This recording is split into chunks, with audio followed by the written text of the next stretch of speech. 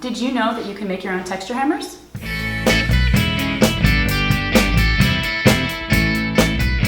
What we'll be using to cut into the steel faces of the hammers to make your own designs are separating discs.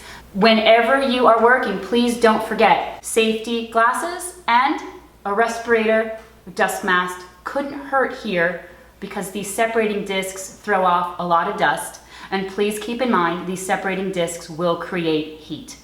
So we're ready to go to start carving into our hammer face, and you'll see that I've loaded my hammer into a vise. I find it provides me great stabilization. What you'll also see here is my separating disc is loaded on a screw top mandrel, and that screw top mandrel is loaded in my flex shaft. What I think the easiest thing to do is to start to carve out a channel for the separating disc to ride in, a little bit at a time. So I'm going to give it a little bit of gas. I also have safety glasses on.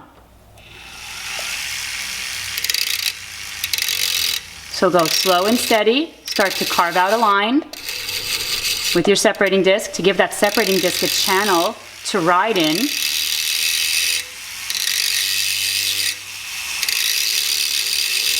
Once you have that defined channel,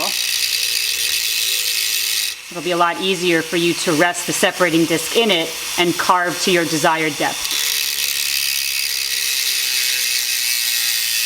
We hope that you enjoyed that cool tip on how to make your own texture hammers. So next time you're at the Goodwill or a garage sale or the hardware store and you see some hammers on sale, you go ahead and grab them. If you aren't already subscribed, please hit that subscribe button to tune in for more great content.